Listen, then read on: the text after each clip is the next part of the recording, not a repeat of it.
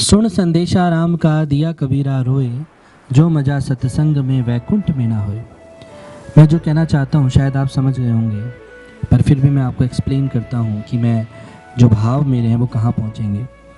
देखिए, बड़े उच्च कोटि के संत हुए कबीरदास जी महाराज, अद्भुत ज्ञानी, अलौकिक, सरल हृदय, सबसे प्रेम करने वाले। कबीरदास जी ने बड़ी सुंदर बात कही। कहते कि सभी के ऊपर कोई ना कोई विपदाएं आती हैं। ऐसे ही कबीर जी के ऊपर भी कुछ विपदाएं आई, परंतु क्योंकि सभी पूर्ण नहीं हो सकते, किसी में भगवान की जो इच्छा होती, भगवान परीक्षा लेता हुआ है और भगवान उन परीक्षाओं को भक्त को पार करने की हिम्मत भी देता है।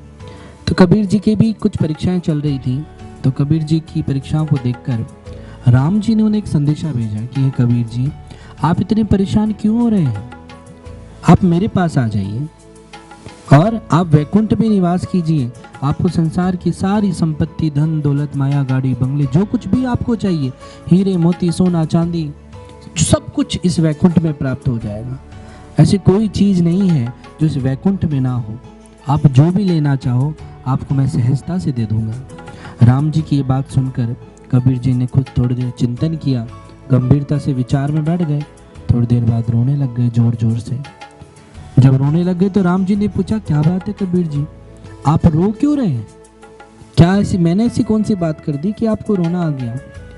तब कहते हैं कि कबीर बाबा कहते हैं कि हे राम, आपके पास सब कुछ है, आप मुझे वैकुंठ दे दोगे। वैकुंठ के अंदर धन दौलत, माया, गाड़ी, बंगले, सब कुछ है, किसी चीज की कोई कमी नहीं है। संसार की सब सारी संपत्ति, सारे सुख वहाँ है, परंतु हे राम, वहाँ पर सत्संग नहीं है। और जहाँ पर सत्संग ना हो, मैं वहाँ पर रहकर क्या करूँगा? कबीर जी की बात सुनकर राम जी मुस्कुराए और कबीर जी को आशीर्वाद दिया कि हे कबीर, सदा सत्संग करते रहो, सदा कीर्तन करते रहो। आप समझे मैं क्या कहना चाह रहा हूँ? मैं कहना चाह रहा हूँ कि ये कबीर वो संत हैं जिनको राम जी मिलने आते हैं, परमात्मा मिलने आता है। मैंने कई अपने एक दो वीडियो में भी कहा है, कड़वा सच, संतों का कड़वा सच, ऐसा कुछ कहा है मैंने एक वीडियो में। वो वीडियो पूरा सत्य है, झूठ नहीं है, कि आपको परमात्मा से वो मिला सकता है जो स्वयं मिला हो। और वो भी कैसे? कि आपको स्वयं को सेवा करनी पड़ेगी, स्वयं को साधना करनी पड़ेगी। सिद्ध के पास जाने से सिद्ध नहीं होंगे।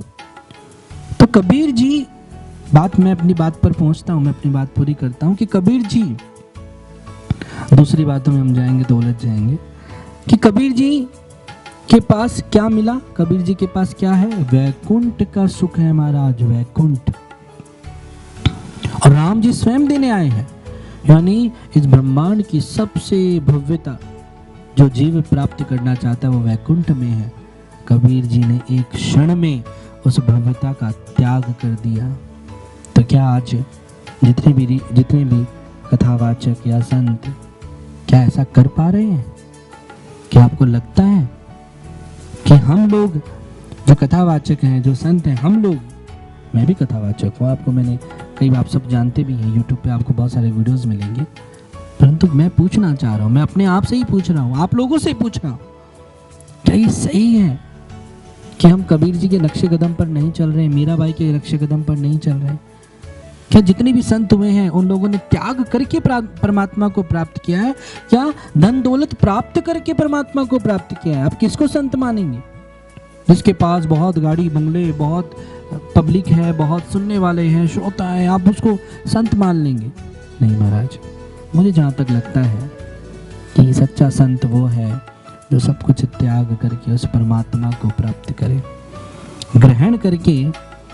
अगर वो ग्रहण करना चाहता है तो केवल उस परमात्मा का आनंद, तब तो मजा है महाराज, अन्यथा सब व्यर्थ है, कुछ भी सत्यता नहीं है। तो इसी बात के साथ में मैं फिर से कहूँगा कि सुन संदेशा राम का दिया कबीरा रोए, जो मजा सत्संग में वैकुंठ में ना होए। वैकुंठ का भी त्याग करने वाले ऐसे परम कबीर महाराज संत श्री शिरोमणि को मैं बारंबार कोटि कोटि वंदन करता हूँ और आशा करता हूँ कि सब लोग ऐसे ही चरित्र और चिंतन के धनी बने। जय श्री कृष्णा, जय भारत माता।